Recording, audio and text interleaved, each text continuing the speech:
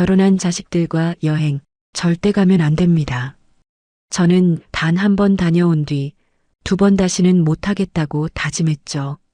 우리 나이에 자식과 함께 떠나는 여행은 달콤한 추억이 될 거라 믿었는데 현실은 정반대였습니다.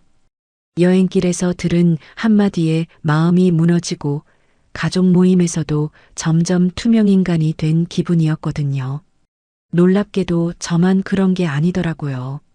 실제로 부모와 성인 자녀가 함께 여행을 갔을 때 절반 이상이 갈등을 겪는다는 조사도 있습니다. 이유는 간단합니다. 생활 리듬도 다르고 소비 습관도 다르고 여행의 의미까지 완전히 다르기 때문이죠. 가족이니까 괜찮겠지라는 기대가 오히려 상처가 되어 돌아오는 겁니다. 하지만 여기서 중요한 건 방법입니다. 저도 처음에는 크게 다투고 상처를 받았지만 방식을 조금 바꾸니 놀랍게도 여행이 추억으로 남을 수 있었습니다. 오늘 끝까지 보시면 왜 결혼한 자식들과의 여행이 힘든지뿐 아니라 그럼에도 불구하고 어떻게 하면 더 즐겁고 편안한 관계를 만들 수 있는지 구체적인 방법까지 알려드리겠습니다. 구독과 좋아요, 알림 설정까지 해주시면 제가 더 힘내서 여러분께 솔직하고 유익한 이야기 계속 전해드리겠습니다. 저는 올해 65, 이름은 김영우입니다. 몇 해 전 큰 기대를 안고 아내와 함께 결혼한 아들 부부, 손주까지 5 식구가 부산으로 여행을 간 적이 있어요. 자식이 장가가고 나니 온 가족이 다 같이 떠날 기회가 잘 없더라고요. 그래서 이번만큼은 제대로 가족의 추억을 남기자고 마음을 먹었습니다. 출발 전에는 마음이 설레었죠. 바닷가를 걸으며 웃는 얼굴로 사진도 찍고 밤에는 회 한 상에 소주잔 기울이며 옛날 얘기도 나누고 그럴 줄 알았거든요.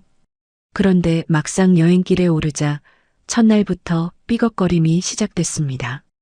아버지, 점심은 해운대 근처에서 간단하게 햄버거 어때요? 아들이 꺼낸 말에 저는 순간 당황했어요. 부산까지 와서 햄버거라니 도저히 이해가 안 갔습니다. 저는 돼지국밥집을 마음속으로 찍어놨는데 말도 꺼내기 전에 이미 분위기는 아이들 쪽으로 기울어 있더라고요. 며느리도 고개를 끄덕이고 손주도 햄버거 먹고 싶어요. 하며 손뼉을 치니 제가 굳이 반대하기도 어려웠습니다. 그 순간 느꼈죠. 아, 이 여행에서 제 의견은 별로 중요하지 않구나. 다음 날 아침에도 답답한 일이 있었어요. 어디서 아침을 먹을지 정하는데 저는 따뜻한 국밥 한 그릇 하면 좋겠다고 말했거든요. 그런데 아들이 아버지, 요즘은 브런치 카페가 유명해요. 인스타그램에서 본 곳인데 분위기도 좋고. 라고 하더라고요. 며느리도 맞아요, 아버님. 요즘 젊은 사람들은 다 거기 가요. 라며 맞장구를 쳤습니다. 저는 또 한 번 느꼈어요. 내 의견은 별로 중요하지 않구나. 부산까지 와서 브런치 카페라니. 결국 그들이 원하는 카페로 갔는데 메뉴판을 보니 샐러드, 파스타, 샌드위치. 제 입맛에는 하나도 맞지 않는 음식들 뿐이었어요. 그래도 괜찮다, 뭐든 먹자며 웃어넘겼지만 속으로는 서운했습니다. 그 순간 깨달았어요. 이 여행에서 제 취향이나 의견은 고려 대상이 아니구나. 항상 젊은 사람들 기준에 맞춰야 하는구나. 사진을 찍을 때도 마음이 무거워졌습니다. 저는 가족들과 다 함께 찍은 사진을 남기고 싶었어요. 요즘 세상에 이렇게 온 가족이 모일 기회가 얼마나 됩니까? 그런데 아이들은 각자 스마트폰으로 인스타그램에 올릴 개인 사진에만 몰두했습니다. 바닷가 모래사장에서 아내와 손주를 불러 세워 단체 사진을 찍자고 했더니 아들은 아버지 그냥 찍으세요. 우린 이따 찍을게요 하고 지나쳤어요. 저는 그 말에 대꾸를 못하고 카메라만 내려놓았습니다. 그 순간 깨달았죠. 내가 이 여행에서 점점 투명인간이 되어가고 있구나. 있어도 그만, 없어도 그만인 존재로 전락하고 있다는 생각에 가슴이 답답했습니다. 결정적으로 마음이 무너진 건 식사 자리에서였어요. 저녁을 먹고 계산서를 두고 잠시 정적이 흘렀는데 아들은 아무렇지도 않게 매번 제 쪽만 바라보더군요. 마치 당연한 일이라는 듯한 눈빛이었습니다. 사실 돈이 아까운 건 아니에요. 부모 마음이 어디 다르겠어요? 자식이랑 손주 입에 들어가는 건 전혀 아깝지 않습니다. 문제는 제 현실적인 형편이었어요. 예전처럼 월급이 꼬박꼬박 들어오는 것도 아니고 이제는 퇴직연금과 국민연금이 전부거든요.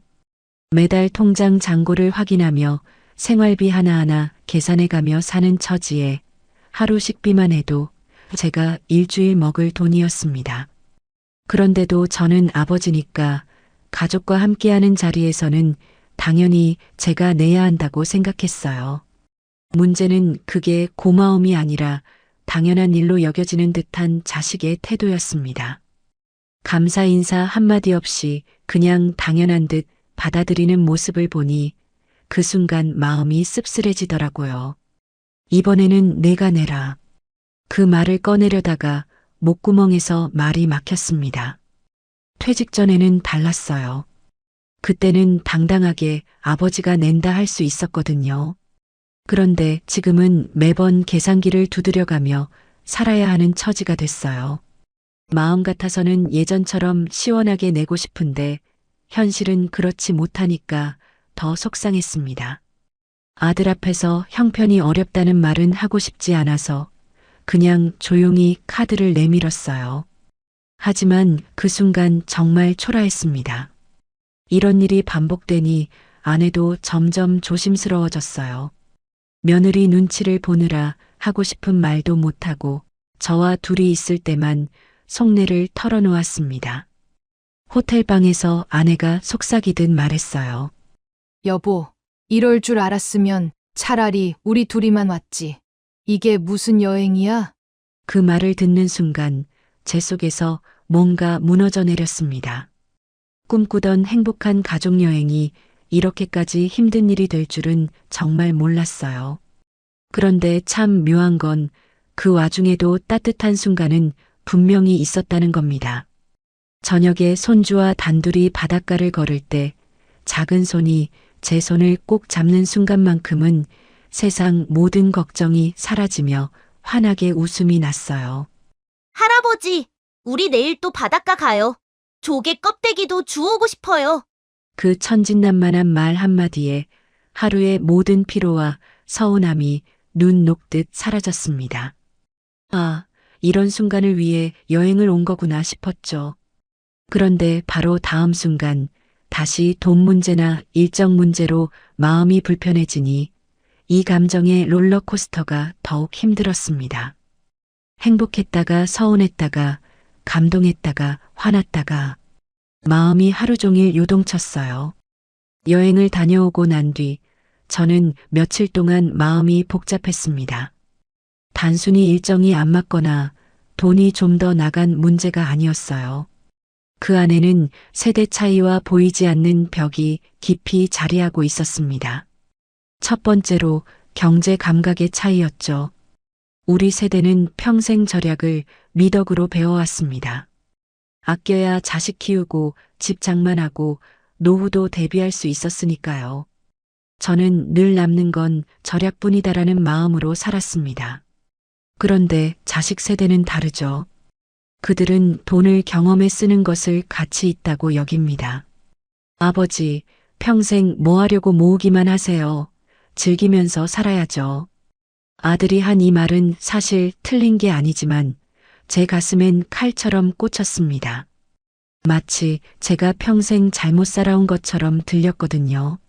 실제로 통계청 조사에 따르면 50대 이상 세대는 저축 비중이 여전히 가장 크고 30대에서 40대는 여행, 여가 비용이 전체 지출의 큰 비중을 차지한다고 합니다. 세대별 소비 성향 차이가 뚜렷한 거죠. 결국 돈 문제로 부딪히는 건 어찌 보면 당연한 일이었습니다. 두 번째는 부모 역할의 잔상이었습니다.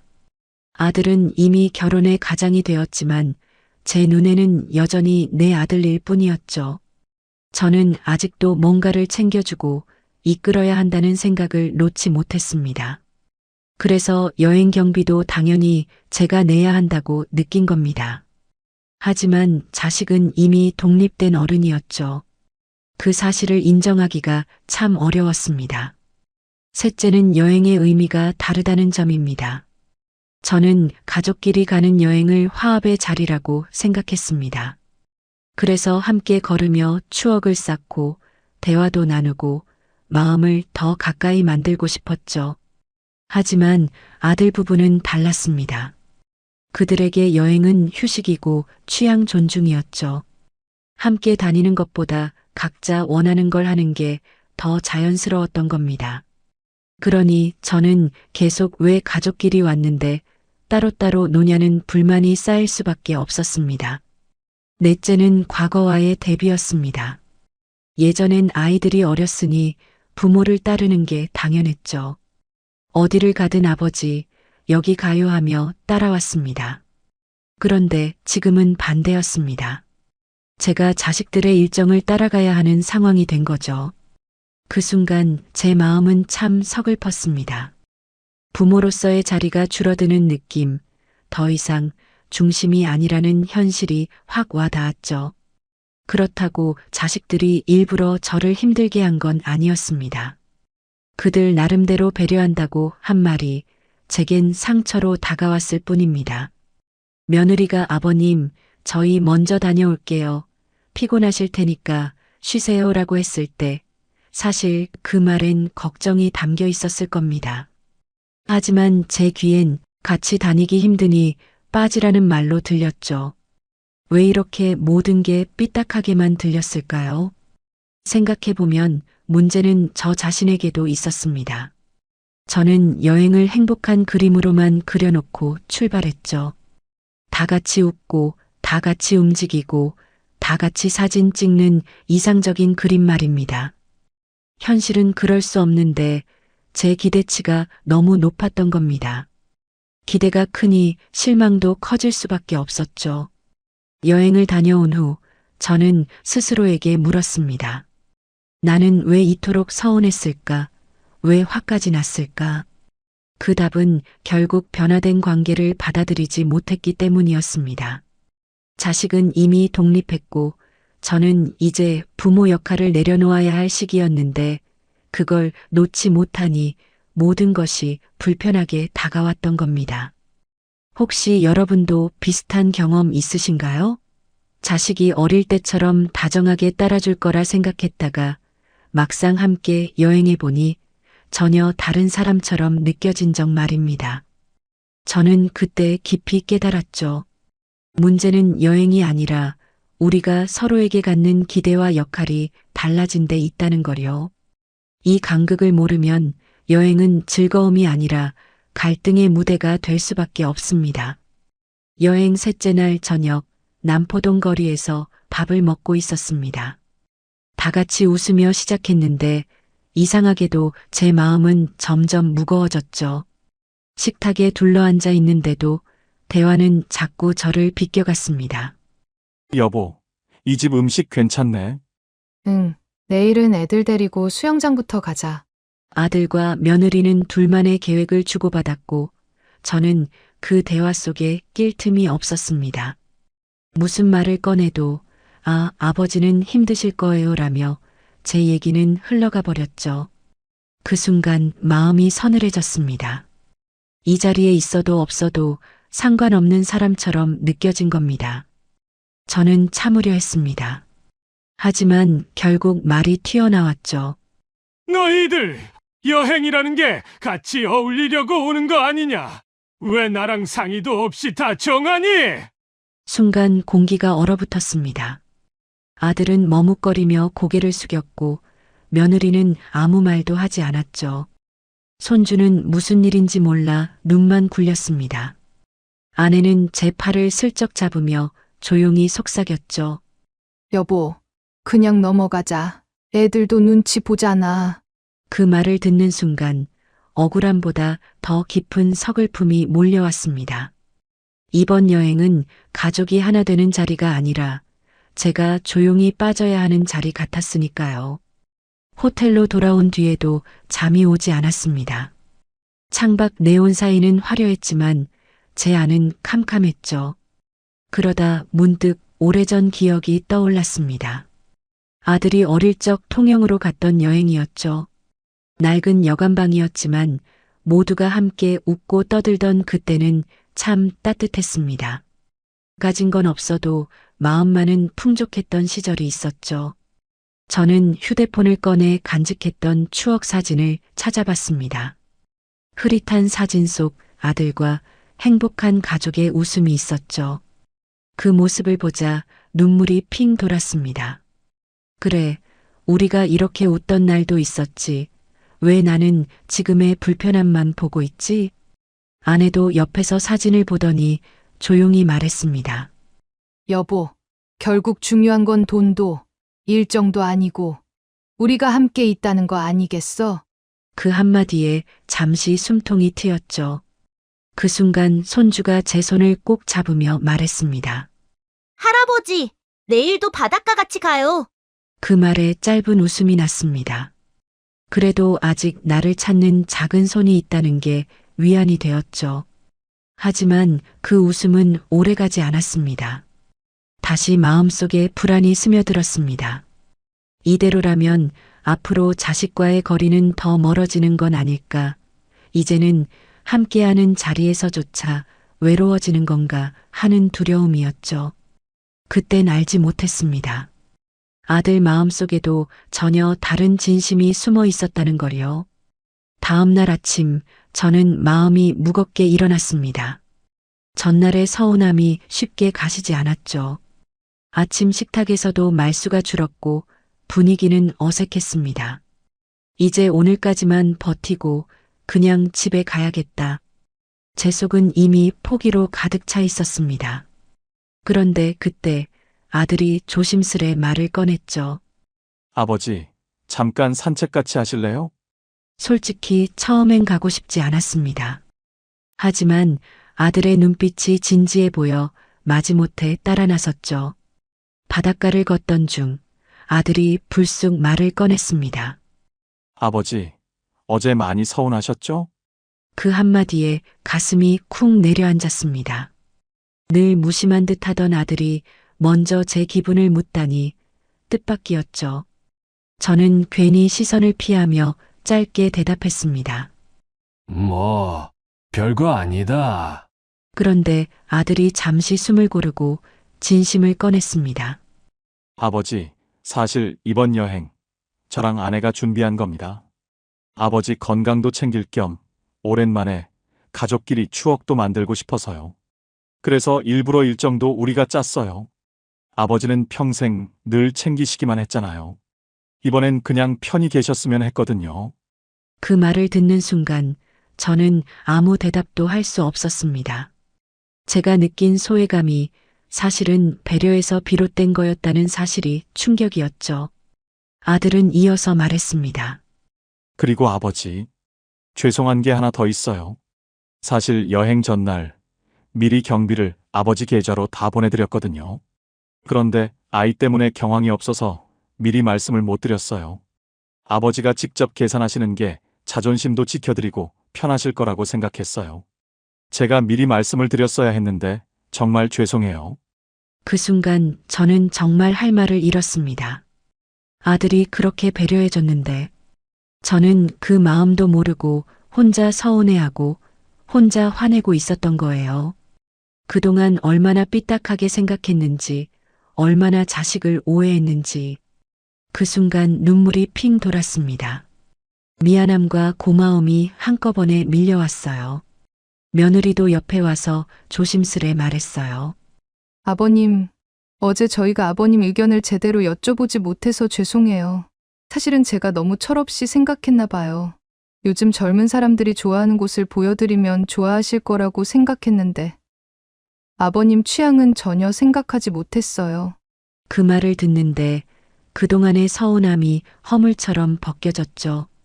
저는 괜히 눈물이 핑 돌았고 목소리가 떨렸습니다. 그래. 나는 그냥 내가 필요 없는 사람처럼 느껴져서 그랬다. 내가 나랑 상의도 안 하고 다 정하는 게 나를 뒷전으로 하는 것 같았어. 오해해서 미안하다. 아들이 제 손을 꼭 잡으며 말했습니다. 아버지, 절대 그런 뜻 아니에요. 저는 아직도 아버지가 든든한 버팀목이에요. 다만 이번만큼은 아버지를 쉬게 해드리고 싶었던 거예요. 그 순간 제 마음은 한순간에 뒤집혔죠. 서운함이 아니라 미안함이 밀려왔습니다. 결국 문제는 상황이 아니라 우리가 서로의 마음을 제대로 확인하지 않았다는 데 있었던 겁니다. 그날 저녁 우리는 다시 모여 진솔한 대화를 나눴습니다. 아들은 제게 말했죠. 아버지, 앞으로 여행 가면 아버지 의견부터 먼저 여쭤볼게요. 이번엔 제가 잘못했어요. 며느리도 고개를 끄덕이며 덧붙였습니다. 아버님, 다음에는 꼭 단체 사진도 많이 찍어요. 사실 저도 찍고 싶었는데 분위기가 어색해서 말 못 꺼냈어요. 그 말을 듣는 순간 가슴이 따뜻해졌죠. 어제까지만 해도 이제는 끝이다 싶었던 마음이 하루 만에 이렇게 바뀔 수 있다는 게 놀라웠습니다.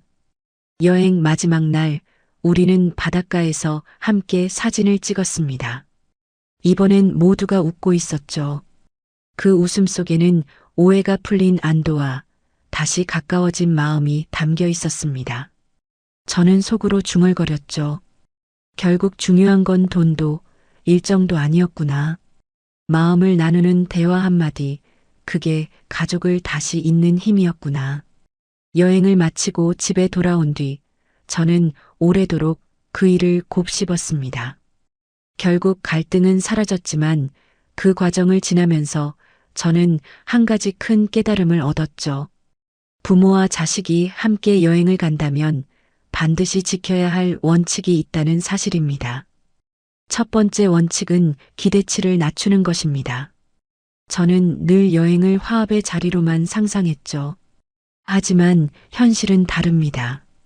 서로 생활 패턴이 다르고 취향도 다르죠. 이를 무시한 채 모두가 똑같이 움직여야 한다는 기대를 품으면 반드시 갈등이 생깁니다.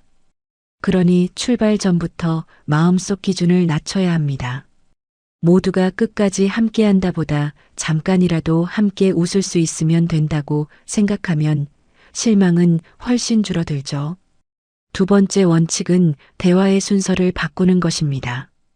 보통은 자식이 부모에게 일정을 알려주고 부모가 따라가는 경우가 많습니다. 하지만 우리 세대는 존중받고 싶다는 마음이 크죠. 그래서 여행을 계획할 때는 자식이 먼저 묻지 않아도 부모가 직접 의견을 내야 합니다. 작은 것이라도 괜찮습니다. 나는 오전엔 쉬고 오후에 같이 다니면 좋겠다. 이렇게 한마디만 해도 서로가 훨씬 편해집니다. 세 번째 원칙은 역할을 명확히 나누는 것입니다. 이번 여행에서 저는 여전히 부모니까 챙겨야 한다는 생각에 매여 있었죠.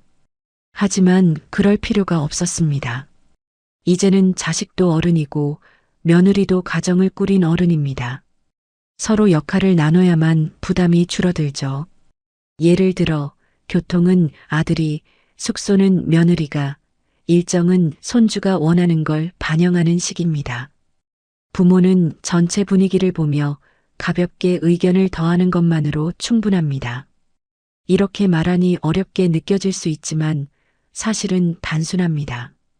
방법만 조금 바꾸면 모든 게 달라져요. 저는 집에 돌아와서 작은 노트를 하나 꺼냈습니다. 그리고 다음 가족여행 체크리스트라는 제목을 붙였죠. 욕심내지 않기, 하루에 한 번은 꼭 단체 사진 찍기, 의견은 무조건 먼저 말하기, 갈등의 기운이 보이면 바로 대화하기. 적으면서 스스로 다짐했습니다. 이번에 아프게 배운 교훈을 다음번에는 꼭 살려야겠다고요.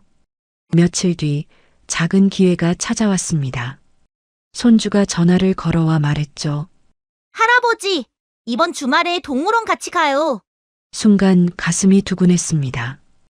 이번엔 제가 먼저 대답했죠. 좋지. 그런데 점심은 내가 도시락 쌀게. 대신 너희는 동물원 안에서 하고 싶은 걸 정해와. 그 말에 아들과 며느리가 환하게 웃었습니다. 서로 역할을 나눈 것만으로도 부담이 줄고 기대가 커졌던 겁니다. 주말이 되어 동물원에 갔을 때 저는 일부러 뒤에서 천천히 걸었죠. 아이들이 앞에서 즐겁게 웃고 떠드는 걸 보면서 제 마음은 오히려 편안했습니다. 함께 있으면서도 억지로 맞추려 하지 않으니 더 자연스러웠죠. 돌아오는 길에 아들이 말했습니다.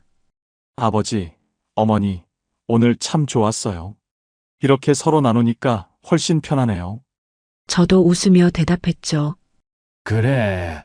여행은 누가 책임지는 게 아니라 같이 만드는 거더라. 그날 저는 확신했습니다. 부모와 자식이 함께하는 여행이 꼭 고통스러운 경험일 필요는 없다는 거요. 단지 방식만 조금 바꾸면 충분히 웃을 수 있다는 걸 알게 되었습니다. 동물원에서의 소풍이 끝난 뒤 우리는 집으로 향했습니다. 차 안은 피곤했지만 분위기만큼은 따뜻했죠. 아이는 뒷자리에서 잠이 들었고 며느리는 아이 등을 토닥이며 미소를 짓고 있었습니다. 아들은 운전대를 잡은 채 조용히 말했죠. 아버지, 어머니, 앞으로는 이렇게 자주 같이 가요. 여행이라고 꼭 멀리 가야 하는 것도 아니잖아요. 그 말에 마음이 뭉클했습니다. 그동안 저는 늘 장거리 여행, 특별한 시간을 꿈꿨죠. 하지만 결국 가장 특별한 건 이렇게 소소한 하루라는 걸 새삼 깨달았습니다. 집에 도착해 손주를 안아 재우려는데 아이가 졸린 목소리로 속삭였습니다. 할아버지, 오늘이 제일 재미있었어요. 그 말에 가슴이 벅차올랐죠. 아이의 진심 어린 한마디가 지난 서운함과 갈등을 모두 녹여버렸습니다. 그래, 결국 중요한 건 완벽한 여행이 아니야.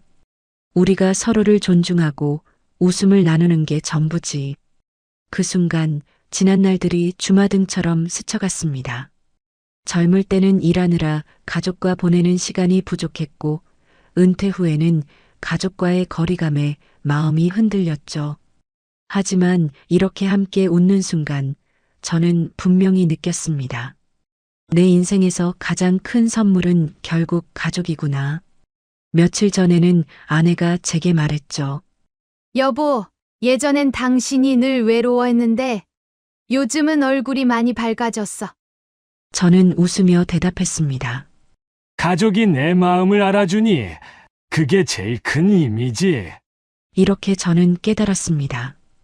부모와 자식이 함께하는 여행은 때로 갈등을 만들지만 그 갈등을 지나면서 우리는 더 깊이 연결되죠. 중요한 건 완벽한 일정도 비싼 숙소도 아닙니다.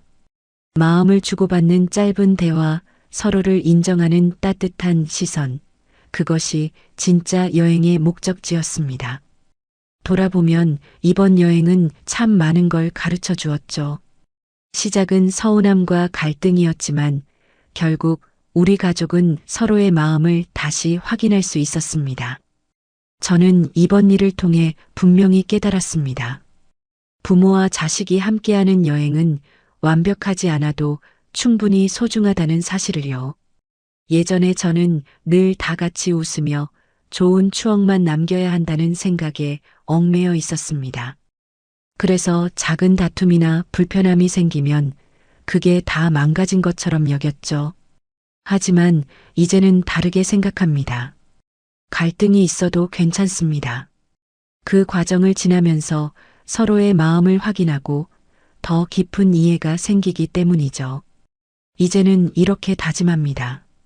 자식과 여행을 가더라도 기대치를 낮추고 내 마음을 솔직하게 전하자. 완벽한 여행이 아니어도 함께하는 그 순간 자체가 선물이다. 여러분, 혹시 비슷한 경험 있으신가요? 저처럼 자식과 여행을 갔다가 서운했던 적 아니면 반대로 따뜻한 기억이 남았던 적 말입니다. 우리 세대라면 누구나 한 번쯤은 느껴봤을 겁니다. 중요한 건 그때의 감정을 가슴에 묻어두지 말고 솔직하게 나누는 겁니다.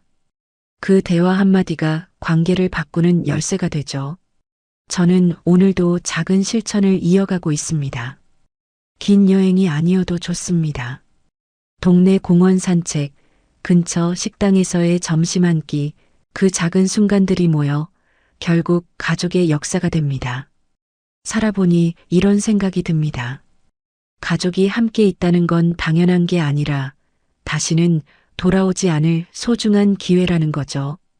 이 영상을 보시는 분들 중에도 저와 비슷한 경험을 하신 분들이 많을 겁니다. 혹은 앞으로 자식과 여행을 계획하고 계신 분들도 계시겠고요. 당신이라면 결혼한 자식과의 여행을 어떻게 준비하시겠습니까? 여러분의 경험과 생각을 댓글로 나눠주세요. 같은 세대끼리 함께 공감하고 지혜를 나눌 때 우리의 이야기는 더 큰 힘이 됩니다. 그러니까 결론은 이렇습니다. 결혼한 자식과의 여행, 무조건 피하라는 게 아닙니다. 다만 우리의 마음가짐과 방식을 조금 바꿔야 한다는 거죠. 완벽한 화합을 꿈꾸지 말고 작은 웃음만으로도 만족하세요. 내 의견을 당당히 말하되 상대방의 생각도 존중하세요. 모든 걸 혼자 책임지려 하지 말고 역할을 나누어 부담을 줄이세요. 그리고 가장 중요한 것, 갈등이 생기면 그 자리에서 마음을 나누세요. 미워하고 상처받고 끝내지 말고 솔직한 대화로 오해를 풀어보시길 바랍니다. 저는 이제 확신합니다. 세대가 달라도 생각이 달라도 진심으로 마음을 나누면 반드시 통한다는 거요. 여행이 힘들었던 기억이 있으시다면 한 번 더 기회를 주시길 바랍니다. 이번엔 조금 다른 방식으로 말이죠. 그리고 이 채널은 여러분과 같은 세대의 마음을 나누는 곳입니다. 구독과 좋아요를 눌러주시면 앞으로도 더 많은 이야기로 함께하겠습니다. 우리 모두의 삶이 조금 더 따뜻해지고 다시 용기를 낼 수 있기를 바랍니다. 여러분, 오늘도 수고 많으셨습니다. 성장하는 시니어, 오늘도 한 걸음 더 성장합니다. 나이는 숫자일 뿐, 성장은 계속됩니다. 지금이 내 삶의 진짜 시작이에요. 감사합니다.